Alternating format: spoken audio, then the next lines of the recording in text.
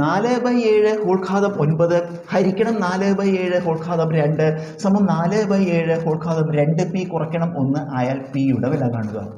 ഇത് നമുക്കൊരു കൃത്യഗതയമാണ്. അതായത് എക്സ് ഘാതം എം ബൈ എക്സ് ഘാതം എൻ സമം എക്സ് ഘാതം എം മൈനസ് എൻ. അത് തന്നെയാണ് ഇവിടെ ഹരണചിഹ്നം. അത് നമുക്ക് ഇതിനെ വേണമെങ്കിൽ എങ്ങനെ എഴുതാം? എക്സ് ഘാതം എം ഹരിക്കണം എക്സ് ഘാതം എൻ. എക്സ് ഘാതം എം ഹരിക്കണം ബൈ എക്സ് ഘാതം എൻ പറഞ്ഞാൽ എക്സ് ഘാതം എം ഹരിക്കണം എക്സ് ഘാതം എൻ. അതെന്താ? എക്സ് ഘാതം എം മൈനസ് എൻ ആണ്. അപ്പോൾ അതുപോലെ നമുക്ക് ഇത് എഴുതാം. എന്താ?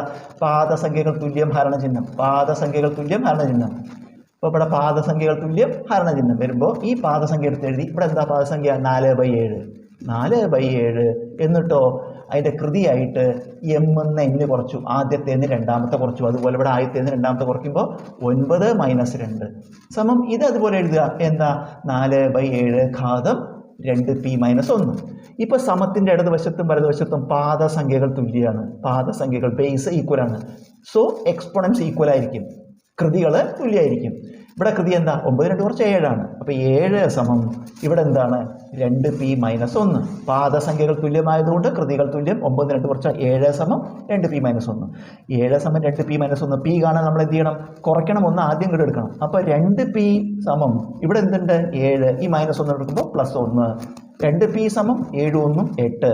p സമം 8/2. 8/2 പിയുടെ വില 4.